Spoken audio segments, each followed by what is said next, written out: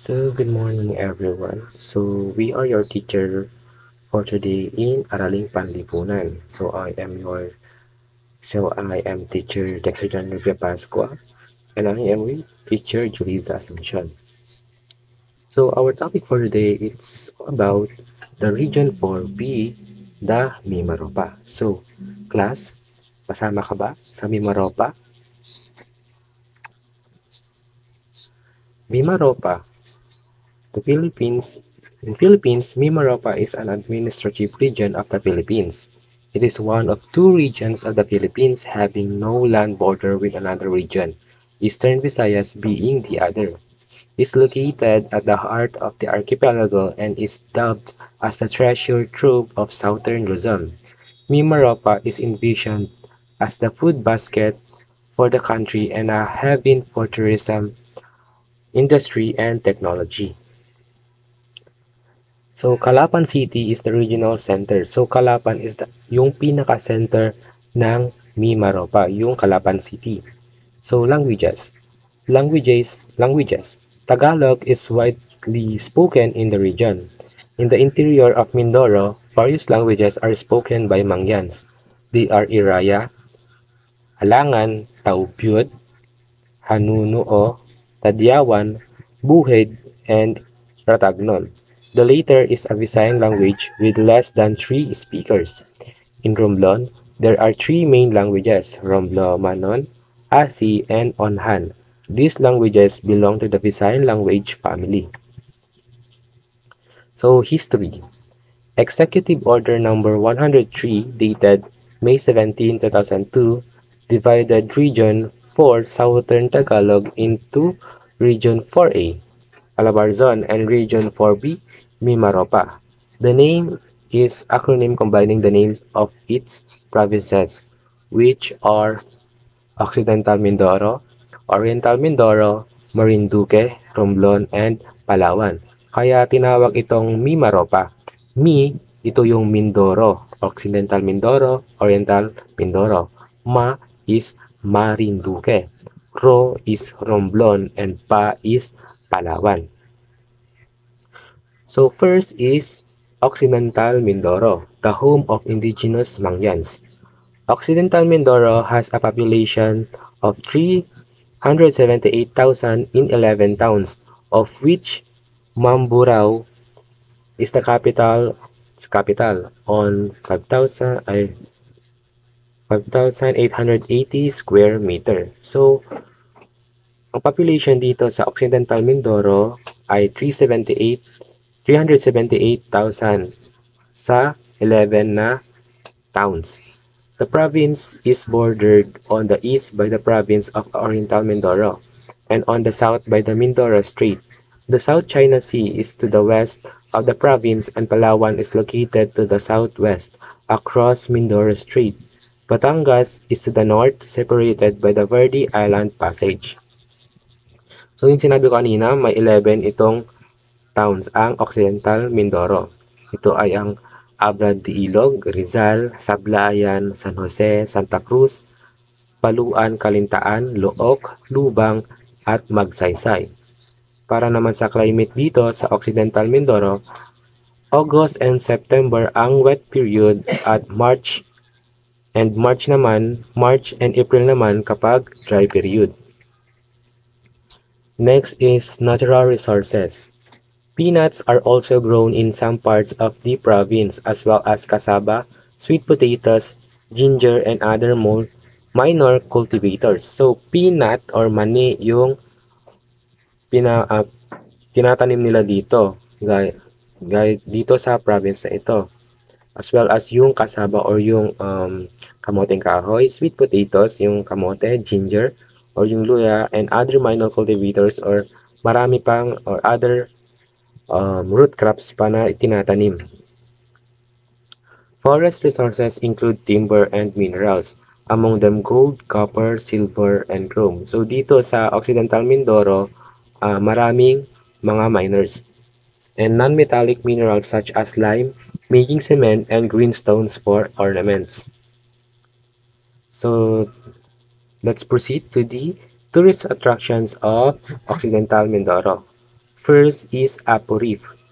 Apu Reef, which is regarded as the second largest in the world. This 34-kilometer reef in Sablayan, which is located in Apu Island, is acclaimed as the best in Asia as the diving mecca of the Philippines in the Philippines. So, ang Apu Reef ay ah, tinaguri ang second largest reef in the world. So, meron itong 34 kilometer 34 kilometer. It is located in Apu Island. At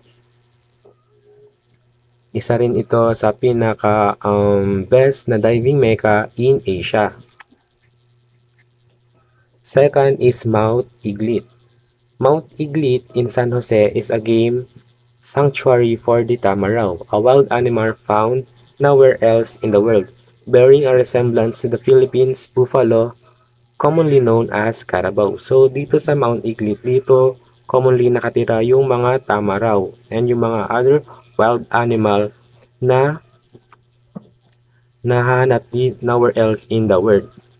Pero, yung mga tamaraw is kukunti na lang yung mga species nila. Parang sila, endangered species na yung mga tamaraw. Iilan na lang yung mga nabubuhay. Third is White Island. True to its name, this island has a mile-long beach with divinely white and powdery smooth sand that makes it an ideal site for lounging under the sun. Aside from vacationers who go for swimming, fishing, and scuba diving, the island is also a favorite nestling ground of turtles. Turtle eggs are often found buried in the sand, and visitors are enjoined to leave this undisturbed.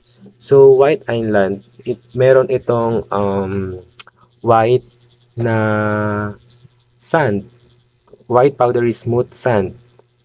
Aside sa pag-swimming, diving dito ng mga tourists, na-enjoy din ng mga tourists yung mga pawikan or yung mga turtles na nangingitlog under the ground. Next is bundok ng Susong Dalaga, the Maiden Breast Mountain. So, as you can see dito, may dalawang bundok na parang a breast. Kaya tinawag itong Maiden Breast Mountain. So, proceed tayo dito sa festival ng Occidental Mindoro. Dugoy Festival Aryatan, Occidental Mindoro. Dugoy Festival is celebrated every January 18 in the town of Sablayan, Occidental Mindoro. The festival features the Mangyan tribe and its rich cultural heritage that is to be admired by many people who visit the place during festivities. Next is Saknungan Festival, incorporating the exhibition of the cultural heritage of Mindoro's ethnic communities held every fourth week of April in San Jose, Mindoro Occidental. The festival commences with the annual celebration of the blessings of the province. So, proceed tayo dito sa food and delicacies ng Occidental Mindoro. So, yung pinaka-best food dito sa Occidental Mindoro ay ang adobong pugita, baklang waray, ginataang puso ng saging. So, proceed naman tayo dito sa Oriental Mindoro. Oriental Mindoro is composed of 14 municipalities.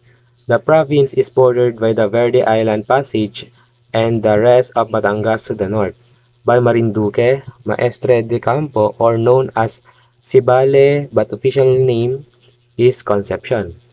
Island Tablas Strait at the rest of Romblon to the east, by Semerara and the rest of Caluva Islands. Antique to the south, and by Occidental Mindoro to the west. Calapan, the only city in the island, is the provincial capital. So dito sa Oriental Mindoro, ang Calapan ay yung nag-iisang city dito sa Oriental Mindoro. So, ang Oriental Mindoro ay may 14 towns which are Baco, Gloria, Nauhan, Bulalakaw or San Pedro, Pinamalayan, Pola, Rojas, Socorro, Bansud, Mansalay, Bongabong, Calapan, Puerto Galera, Santa Teodoro, at Victoria. Ang climate naman, Oriental Mindoro has no distinct wet or dry seasons. Maximum rainfall, June to October. Tourist attractions. First is Puerto Galera. Puerto Galera was voted a member of the UNESCO affiliated, the club of the most beautiful bays in the world. Puerto Galera is a soothing vision of shimmering seas surrounded by lush mountains. It is considered one of the most beautiful and developed beach resort community in the country. So Puerto Galera is one of the most cleanest and beauteous beaches in the Philippines. Next is Tamarao Falls. The 423 feet or 129 meters waterfalls situated alongside the road is actually a series of asymmetrical falls leading to the Grand One, dropping to a frothy waterbed below. The cascading waterfalls is a great attraction to passerby. Tamarao Falls is located in Barangay Villaflor, Puerto Galera. It can be reached in 2 hours by taking a jeepney bound for Barangay Villaflor from Puerto Galera or Calapan. Third is Sabang Beach. This area is ideal for swimming, snorkeling, and scuba diving. A cluster of night spots abound in this area, which make it popular for evening socials. Cottages with entertainment facilities stand close to each other. Low-budget accommodations are available. It is located east of Puerto Galera and can be reached in 15 minutes from Puerto Galera Pier by taking a jeepney or an outrigger bangka. So proceed naman tayo dito sa festival ng Oriental Mindoro. First is Sulyog Festival. Sulyog is a combination of the Mangyan term suli, meaning banana, and the Tagalog word niyog, for coconut. Said products are the main agricultural crops of the municipality. So dito sa Sulyog, ito yung pinaka main product which is yung banana at saka niyog dito sa municipality. Kung municipality na isang municipality dito sa Oriental Mindoro. Next is Banana Festival. Baco Oriental Mindoro Banana Festival held every March 18 to 19 in Baco. Oriental Mindoro is a celebration of the abundance of bananas. It showcases the different varieties of banana like the Señorita, the Latundan, the Lakatan, and the Saba. So, sa municipality ng Baco, ang festival dito yung banana para ma-showcase nila yung iba't ibang type ng banana which are yung Señorita, Latundan, Lakatan, Saba, and other more. Proceed naman tayo dito sa food and delicacies ng Oriental Mindoro. First is suman sa lihiya. Second, ginataang kuhol. And third is halo-halo. Next is Marinduque. Marinduque is considered the geographical center of the Philippines archipelago by the Luzon Datum of 1911, the mother of all Philippine geodetic surveys. The province is a heart-shaped island. Province is home to one of the oldest religious festivals of the country, the Mariones, celebrated annually every Holy Week. So, sinasabi dito na itong province is parang heart-shape yung makikita natin kapag titingnan natin dito sa Philippine map. So, Oriental Mindoro has 6 towns which are Torrijos, Mugpog, Buena Vista, Santa Cruz, Gasan, and Boac. So, ang climate naman dito sa Marinduque. Marinduque is categorized on type 3 climate having rainfall more or less evenly distributed throughout the year, and no clear boundary between dry and wet seasons. So, walang malinaw na boundary between dry and wet seasons sa Marinduque. Natural resources: fertile land for farming, fishing grounds, copper, gold, rock aggregates. So for the tourist attractions in Marinduque, first is Paadjao Falls, a 15-foot high cascading falls that nature hunter might surely enjoy. These falls form bathtubs downstream and you will enjoy its jacuzzi-like effect. It is an ideal place for picnicking or camping, a perfect getaway for the whole family. So dito sa Paadjao Falls, perfect dito yung mga mahilig mag-camping, yung mga family na mahilig mag-picnic. Second is Bellaroca Island Resorts and Spa. This newly opened resort is located in an exclusive island minutes away from Marinduque's mainland, with Marinduque's tranquil environment. Bellaroca Island Resort and Spa is perfect for tourists who wish to relax and at the same time experience luxurious amenities and services. So, itong Bellaroca Island Resorts and Spa is kaka-open lang or bagong open lang. At maganda ito sa mga tourists na gustong mag-relax and at the same time maka-experience ng mga pangmayaman na amenities and services. So, festivals. Moriones Festival. The Moriones is an annual festival held on Holy Week on the island of Marinduque, Philippines. The Moriones are men and women in costumes and masks replicating the garb of biblical Roman soldiers as interpreted by local folks. So, Moriones Festival, pinapakita dito kung paano yung nangyari sa mga Bible. Ang mga tao ay nagsusuot ng mga costume ng mga Roman soldiers. Next is Bila-Bila Festival, is celebrated in Buak Town during the town fiesta in December. This festival celebrates the life cycles of butterflies, the butterfly farming industry being one of the town's more unique industries. Food and delicacies of Marinduque. First is Oraro, second Sinalab, third is Ulang-Ulang. Ulang-Ulang is yung soup ito na may parang noodles. Parang kwan lang siya. Ang tawag doon, Miki or Lomi, ganun. Romblon. The province is endowed with lush vegetation and mineral resources. The fertile soil nurtures various agricultural activities.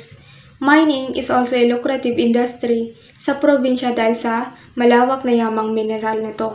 Also, Romblon is the country's leading producer of high-quality marble comparable to that of Italy. Romblon is known for its local marble industry and second biggest producers of the mineral in the country. Binubuo ng Romblon ang mga isla ng Tablas, Sibuyan, Banton, Simara, Sibale, Carabao, Alad, Logbon, Cobrador, at ilang nakakalat na pulo.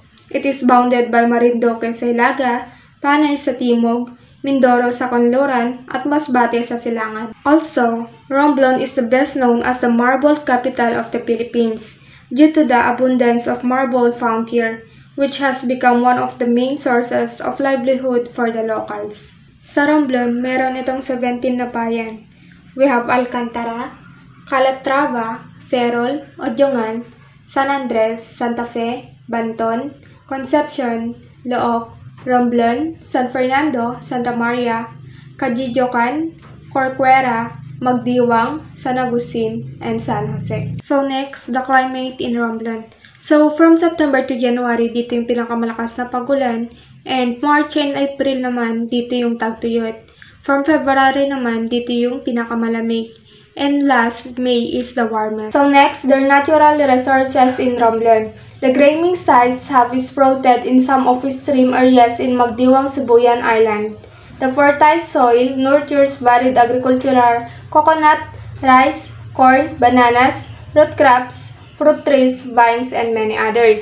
The province relies on agriculture, particularly rice and copra farming as well as fishing. So, mga likas na yaman nila is iba't ibang pananim na agricultural tulad ng nyog, palay, mais, saging, and also ang Romblon ay isang mayamang lugar ng pangingisda. Next, we have the tourist attraction in Romblon. First, we have the Mount Kuting-Kuting. Mount Kuting-Kuting, Sibuyan Islands, Romblon highest peak. It is an attraction to mountaineers and is the province's major source of timber and metallic product. It is also abundant with wildlife, plant species, and waterfalls. Mount Kuting-Kuting, it is also among the most notable tourist spots in Luzon for hikers. The Mount Kuting-Kuting stands at around 2,058 meters above sea level in the heart of Sibuyan Islands. Ang Kuting-Kuting ay ang salitang Romblonan na ibig sabihin ay tulis-tulis na tumutukoy sa mga tulis-tulis na taluktok sa bundok. Bukod sa tinuturing na isa sa mga pinakamagandang bundok na akyatin sa Pilipinas, ang Mount Kuting-Kuting, isa ring mahalagang wildlife reserve at isang mahalagang lugar para sa turismo ng Romblon. Next, we have the Cantigas River. Cantigas River, Tacloban, San Fernando, Romblon, known for its enchanting vistas. In its mountain are found the world's smallest bat, the endangered wildcat or the singalong, and the hardest wood, the mangkogo or ironwood. Also, Cantigas River is one of the cleanest island rivers in the Philippines. Isa sa pinakamagandang gawin dito ay lumangoy sa malinaw na umaagos na tubig habang nasa tahimik na kapaligiran at paligid. Next, we have the Busay Falls. Busay Falls, Palangkalan, San Fernando, Romblon, one of the last remaining untouched falls in the Philippines. Ang Busay Falls ay isa sa mga nangungunang tourist spot ng mga turista sa Tablas na nagpapakita ng saring-saring labas ng lalawigan. So next, their festival in Romblon. First, we have the Biniray Festival. So Biniray Festival is Romblon's prestigious festival participated by Romblomanon. So ang Biniray Festival is pinagdiriwang or idinaraos nila ito every second week of January. And Biniray Festival of Romblon is an annual and religious event upang parangalan si Nuestra Señor Santo Niño de Romblon. Ang Biniray Festival ay katulad ng Sinulog Festival ng Cebu na nagpapakita ng mayamang kultura at malalim na pananampalataya ng mga Romblomanon sa Romano Katolisismo. So next, the Saginyogan Festival. Saginyogan Festival as one of the important events or highlights during the fiesta and if promoted properly could bolster tourism in Alcantara in the days to come because of its significance and artistic attractions. Saginyogan Festival is held every March 21st. Saginyogan Festival na dating tinatawag na Coco Banana Festival is a yearly agricultural festival as well as a founding anniversary celebration in the town of Alcantara in Romblon. Next, we have their food and delicacies in Romblon. First, we have the sarsa. Sarsa, the dish, is made sa malilit na hipon na hinaluan ng nyog at sili pagkatapos ay binalot ito sa dahon ng nyog. Next, we have the sihishen, often cooked in coconut milk and you can find them in carinderias in Locktown. And last, we have the longganisa. Longganisa Romblons would probably be the sweetest one you've tested so far. Ginagawa ito gamit ang hiwa ng baboy na may lamang asukal, bawang, and aswete. So next, we have the Palawan.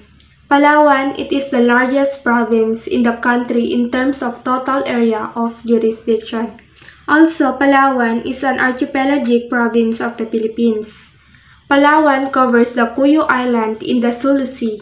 The disputed Spratly Islands, located a few hundred kilometers to the west, are considered part of Palawan by the Philippines and is locally called the Kalayaan Group of Islands. Also, Palawan is a stunning province in the Philippines that offers visitors a chance to explore some of the most beautiful natural wonders in the world. Mula sa malinis na dalampasigan at malinaw na tubig hanggang sa mayayabong na kagubatan at nakakamanghang limestone cliff. So, ang ekonomiya ng Palawan ay karaniwang agrikultural na gumagawa ng mais, palay, nyog, kasoy, natural gas at langis at napakaraming isda. Livestock raising, seaweed farming, and food processing are being developed. Also, ang Palawan ay may 24 na bayan. Ito ay ang Aborlan, Cuyo, Kalayaan, San Vicente, Brooks Point, Taytay, Culion, Tumaran, Quezon, Sofroanyo, Busunga, Magsaysay, Agutaya, Balabac, Rizal, Española, Cagayan de Quilo, Nara, Arquili, El Nido, Rojas, Bataraza, Linapacan, Puerto Princesa, Coron. So next, the climate in Palawan. Torrential rains, July and August, sea voyage, March to early June when the sea are calm. So average temperature, 31 degrees Celsius. So next is the natural resources. So ito yung mga likas na yaman ng Palawan. We have the marble, silica, limestone, nickel, chromites, copper, iron, pyrite, sulfur, guano, and rock, phosphates, mercury, gold, manganese, and oil. So, yan yung mga natural resources sa Palawan. And next, we have the tourist attractions in Palawan.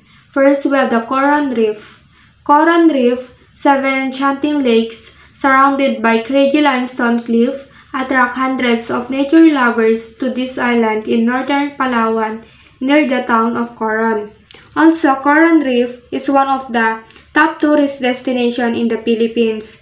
You will often see Coron painted as a tropical paradise like no other. Also, ang Coron Reef ay isang kaakit-akit na isla at may malinaw na tubig, maaraw at makulay at puting buhangin na dalampasigan. Next is the Tavan Caves. Tavan Caves, as the cradle of the Philippine civilization, Tavan Caves consist of a series of chambers where anthropologists discovered the remains of the crude mud and his tools. Anthropological significance came to the fore with the discovery of the remains of the 22-year-old Tavan man in one of the interiors along with other artifacts decades ago. So, Tavan Caves is one of the most significant sites. Matatagpuan siya sa forested area on the west coast of Palawan. Also, the world's longest underground river system accessible to man can be found at the St. Paul National Park in Puerto Princesa, Palawan. Next is the festival in Palawan. We have the Baragatan sa Palawan. From June 1 to 30, Baragatan, which is derived from the Cuyonon word bagat, which means to meet, is a gathering of people, culture, traditions, and resources celebrating the beauty and bounty of the province. It is a grand celebration where one can experience Palawan under one roof, so to speak. So, ang Baragatan Festival ay isang pagtitipon ng mga tao, kultura, tradisyon, at pinagkukunang yaman na nagdiriwang ng kagandahan at kasaganaan ng lalawigan. Isa itong engranding selebrasyon na kung saan mararanasan ng mga tao ang selebrasyon sa iisang bubong. So next, their food and delicacies. So we have the lato, tamilok, and dangit.